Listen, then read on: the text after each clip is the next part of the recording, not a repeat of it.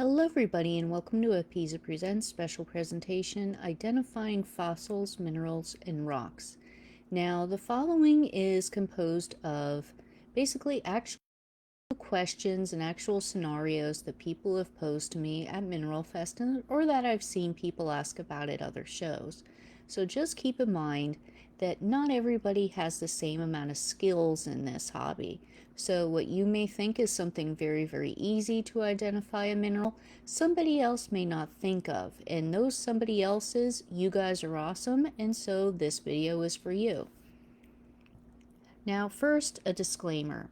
Again, not everybody starts off with the same amount of knowledge in a field, so one thing that people ask about a lot are guidebooks. And you know what? That's great. It's a good idea, but still all the same, one thing you have to keep in mind with guidebooks is that the photos are shot under very idealized conditions.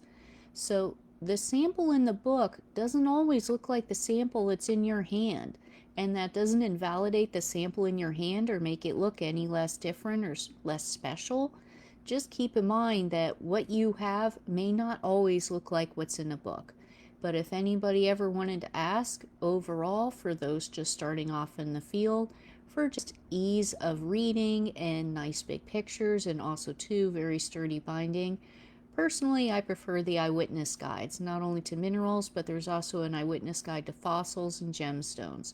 They're very basic, and it's just a nice, simple introduction to the wide and wonderful, beautiful world that is geology. So, first of all, we're going to look into fossils. So just a couple of basics here of different kinds, certain things, what you can find, what you can look for, and identifying them. So, first of all, fossils are the preserved remains of once living organisms. They're in two groups, body fossils, which, oh my god, are those little freaking, oh, that trilobite is adorable. That's a trilobite, by the way. And now a body fossil is just that. It's an actual fossilized body of something.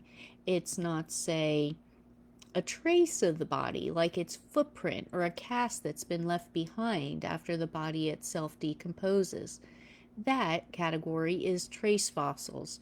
Famously, a very good example of that are dinosaur tracks, or really any type of track for that matter, fossilized track.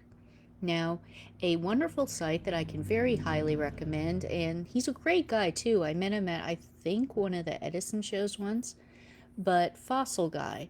So he has a series of different sites, not only on specific localities in the Northeast, but also too, he has printable and downloadable identification guides for things that you can find there.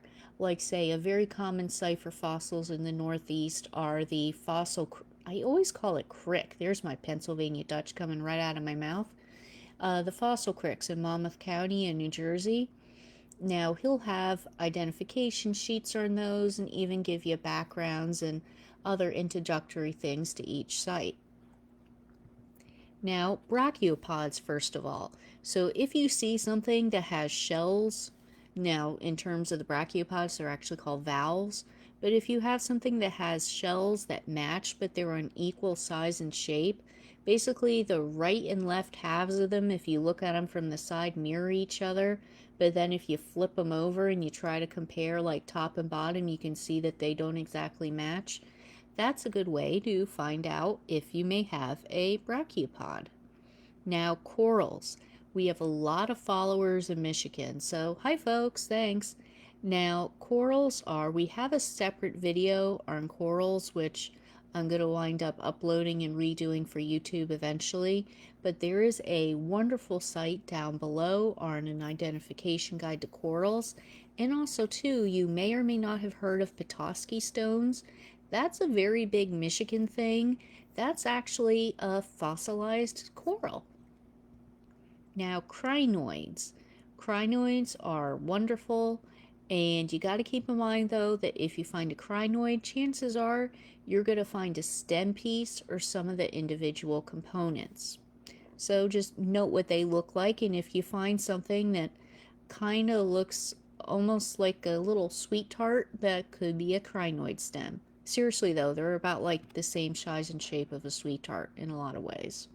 Now, I have an unhealthy love of Exogyra, and if it is wrong to love a fossil this much, then I just don't want to be right, and I want the world to know it. So, more or less, Exogyra, it's probably the most famous, is Exogyra ponderosa out of them, is a fossil shell that's found in several localities in the Northeast and elsewhere. And basically, it is known by the absolutely adorable name of the devil's toenail, which is why I've always loved it. When I was a little kid, they had I grew up in Pennsylvania, and there was this on the very rare times where we ate out. I was with my grandmother, and she would take me a lot of the time to Ponderosa Steakhouse, and I would ask the servers where all the devil's toenails were, and none too quietly, of course, and then Grandma would just roll her eyes and be like, oh my god, this child. So yes, I apologize to all those servers, but I really love Exogyra. That's found at those fossil creeks in Monmouth County. It's maybe about 2, 3 years ago. My husband and I came there, and I found one that, no kidding, was, I don't know why I'm gesturing in front of the screen, but it was big. That thing was like Godzilla size almost. And I just saw it and screamed. I was so happy. Scared the crap out of him. He thought I was hurt or something. I'm like, no, it's an Exogyra. Okay, now ferns. Wonderful site from Fossil Guy on ferns is right there down below. Very, very famous Pennsylvania fossil to find. Now, shark teeth. Can you guess the rest? These are actually a combination of various prehistoric animals and other marine reptile in the case of some of the others. So now we're going to do an additional video coming up on just shark teeth. Up at the top is the rather infamous megalodon, which I swear to God is extinct. It's the first time I did a video on megalodon. Some guy sent me a cranky PM about how the thing's extinct and not extinct, and apparently I don't know what I'm talking about, but I swear to God they're really extinct. I mean, all due respect to Jason Statham, yeah, they're not extinct. So basically, on the left there, you have a mosasaur tooth, and then you have plesiosaur. Then the middle, so to speak, specimen looks like a very, very tiny piece of a claw. I can't quite tell if it's a tooth, but that is from a Tyrannosaurus. And then over in there, you have, actually at the far end, guess what that little tiny thing on the very far end is? That is, no, wait. The second one in is actually Spinosaurus, my bad. So you're looking at Mosasaurus, Spinosaurus, piece of a Tyrannosaurus, Plesiosaurus, and then all the way on the right, that's Velociraptor. See, if you think of the first Jurassic Park, which just absolutely ages like a fine wine, I freaking love that movie, minus the irritating kids.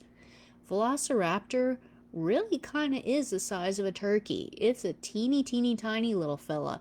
In the movies, they sort of twisted it around with another dinosaur called Deinonychus to make it look more impressive. But yeah, Velociraptor's really actually quite small. Now, an interesting thing about shark teeth is that they can tell you a lot about the animal. So now, right there, if you kind of look at the two in from either one, so second in is the Spinosaurus and second in from the right is the Plesiosaurus. You see how they're pretty much kind of sharp and they're almost like pokey instead of stabby, for lack of a better word? That gives you a good idea that these animals, the animal that the teeth belong to, they were pescivores. They ate fish, which we actually now know Spinosaurus did a lot of. So basically, those teeth are just meant to kind of, if you ever hunted fish with just a really sharp pole and you just kind of like stabbing it in the water trying to catch the fish, that's what these teeth are like. So trace fossils. Trace fossils are, again, famously a very good one, are footprints, which you can see in the upper left right there. Those are actually of Carnotaurus, definitely. And then down on the bottom right, those are trace fossils of worm burrows. So that brings up something that you may probably see a lot too in these other various creeks that you go collect shark teeth and other things in the Northeast, and other places, like I believe you can find this also sometimes at Calvert Cliffs too. You can find fossilized burrows. Now, not only just actually the material filled in from the burrow itself, but also sometimes along these coastal and shallow water areas, you'll have these organisms burrowing into the ground. Now, not only can the burrow itself be fossilized from material coming in there and then, say, calcifying, but then that calcified material forms a cast. So both the material that forms up the burrow and also the burrow itself becomes a fossil. Now, trilobites. Trilobites are awesome. A trilobite is the state fossil of Pennsylvania. And just keep in mind, when you find trilobites, it may be enrolled. They do not always look like how they do in the upper left, sorry. Upper right is enrolled, as are some of the others down below it, and then on the lower left it is partially enrolled, just to kind of give you an idea of the progress of things. So Lepidodendron, one of our future films for this year, is a very famous what's called scale tree, a very, very important plant for the entire world. Lepidodendron has extremely characteristic bark. It's got that honeycomb look to it. And literally about 80% of the time when I see people on other websites go, what fossil is this? It's maybe about like 75-80% of the time it's a lepidodendron. Now the root actually goes by a different name called stigmaria. Why is that?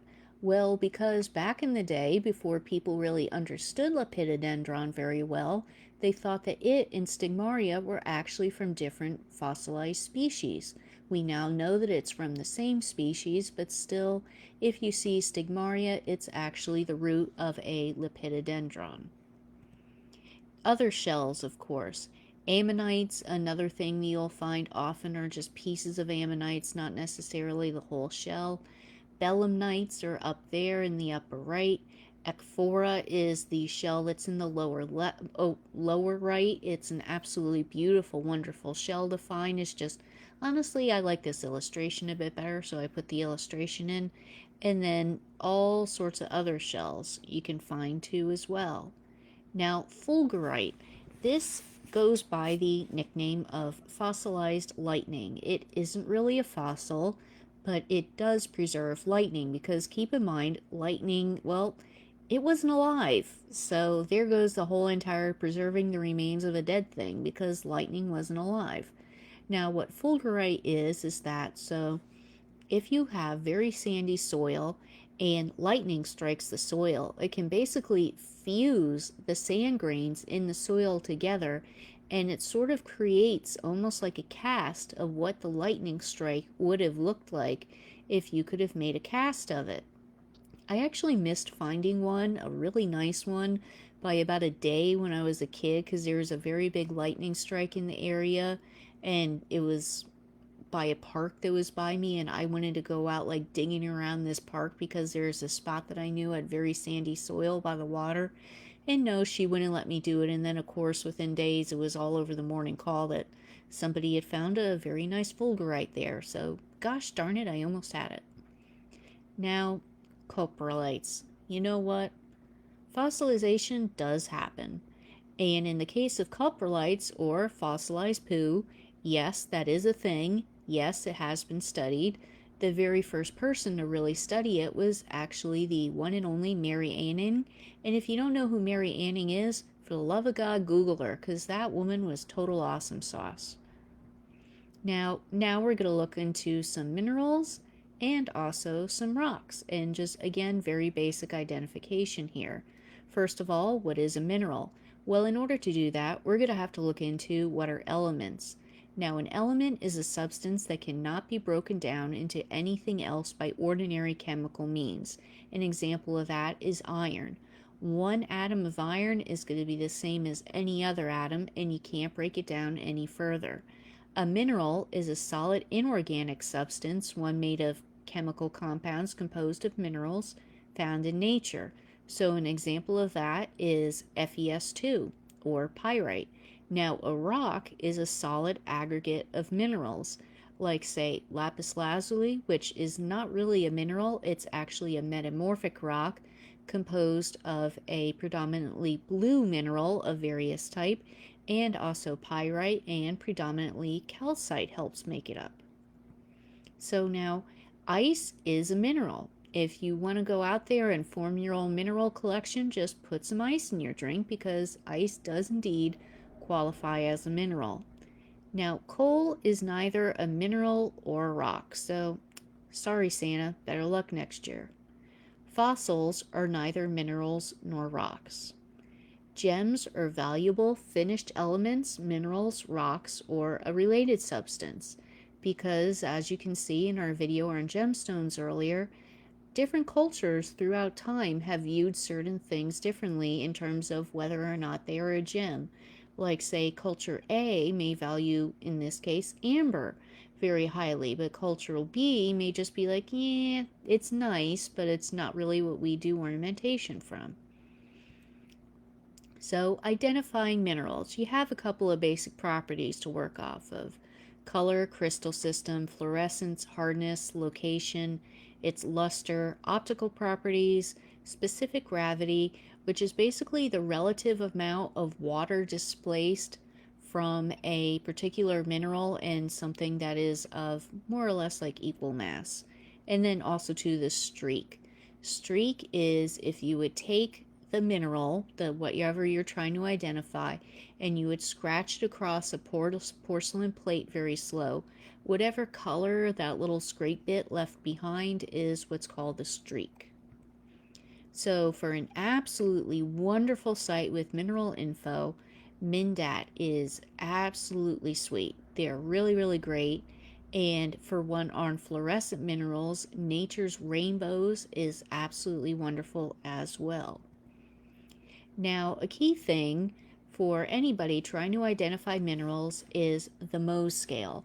When you're trying to identify something, test the hardness, and I say again, test its hardness. So the Mohs scale is basically just that. It's a ranking of 10 minerals from least hard to most hard in terms of basically identification purposes. So say from 1 to 10, we have talc, gypsum, calcite, fluorite, apatite, orthoclase, quartz, topaz, corundum, and then our friend the diamond. So how this works is that, say, apatite can scratch gypsum, but it can't scratch topaz. And then conversely, topaz can scratch quartz, but it can't scratch corundum. So this is an increasing ranking of hardness. So say that you had something that scratched fluorite, but it couldn't scratch, say, topaz. Then you knew that it was somewhere in the mineral hardness of 4, 5, or 6. So now, wait, yeah, 5, 6, or 7. Sorry. Now, say that you didn't have all these specimens lying around, because, I mean, not everybody has topaz or what have you in their collection. So, a couple of little odds and ends that you can use instead are a penny is about 3.5. A wine glass, or basically a piece of broken glass, just be careful using that, please, is roughly 5.5. A steel file is between about, it's about 5.5 too as well. And then lastly, thank you thing, a fingernail is 2.5 in hardness. Now these are charts of various crystal systems. So now obviously this is not a very obvious thing when you look at a mineral. I mean, this is something that I've personally studied for nearly 40 years, and frankly, I have such problems looking at something and being like, oh, that's triclinic. I don't know why, my brain just doesn't work that way. So don't feel bad if you can't do that. But still, if you look and say a book or another source and something defines a mineral as being triclinic or tetragonal or cubic, that is referring to the shape of its crystals. So now let's just have some homework. Non-scary, I promise. So say that you had two different minerals. They're both clear to opaque. Now what do? Are these even the same mineral, or are they minerals at all? So let's start a couple of basic tests, shall we? So first of all, mystery mineral 1. You test its hardness, and it's 7. Now just say, for craps and giggles, that you're able to figure out that this has trigonal six-sided crystals. It comes in various colors, it's found in all rock types, and it's common because sometimes the rarity and where this mineral is found gives you a very good indication of what it is. It helps you narrow down, basically, like looking up, like say on sources like Mindat, you can look at a particular area of, just as an example, Pennsylvania, and you'll be able to see various localities for a certain mineral there. It's a very, very handy tool. Now, mystery mineral 2 has a hardness of 10. It has an isometric crystal. See how it kind of looks like a cube on its side there? It comes in various colors. It's found in volcanic areas, and it's rarer. So, well, first of all, very big cue going from the hardnesses right there is that you know your mystery materials are quartz and diamond respectively. So congratulations, you just identified something. Not only did you identify something, but you actually did a lot better than the people that named Diamond Head. So now, as an example of mineral identification gone wrong, Diamond Head in Hawaii is, first of all, an absolutely stunningly beautiful place to go to. I mean, you can go there and just crystals are absolutely embedded in it. That when you go up, you can just see them, and in the right light overhead, they sparkle like anything. So when Europeans came there, they thought that all of these things were diamonds, and they started bringing them out. Meanwhile, all the native Hawaiians were kind of like laughing in their shirts, sort of. Just thinking like, oh my god, these doofuses, they think that these are actually diamonds. Turned out, yes, they're not, they're quartz, but still, you know what? People can make mistakes sometimes. Now, creative naming. Sometimes certain kinds of minerals are given different names for what is really the same mineral. Now, a very key example of this is quartz. You'll find rose quartz is pink, amethyst is for purple quartz, but still, sometimes people will give fancy, what I'll call designer names to a certain mineral to kind of, I don't know. Some folks will do it just for marketing purposes, but others, well, Herkimer diamonds fits into a different category. Herkimer diamonds are not diamonds. They are actually very clear quartz crystals with little contact to their host rock, which allows them to become doubly terminated. In other words, they can have points at both ends. Cape May can also have these, and a very few other localities. But just, they're not diamonds, but still, they're what you may call diamonds out in Herkimer County in New York. So now, a public service announcement. I have said this many, many a time on Facebook, so I'm going to say it on YouTube. For the love of God, do not lick your samples. If Jack Sparrow thinks it's a dumb idea, you should think it's a dumb idea too. Now, keep in mind, some minerals can be dangerous or even toxic. So why on earth, if you're trying to identify something, would you lick it? And if you have no idea what I'm talking about right now, then great, that's wonderful, because I can't tell you how many times in college people would be licking things trying to identify them.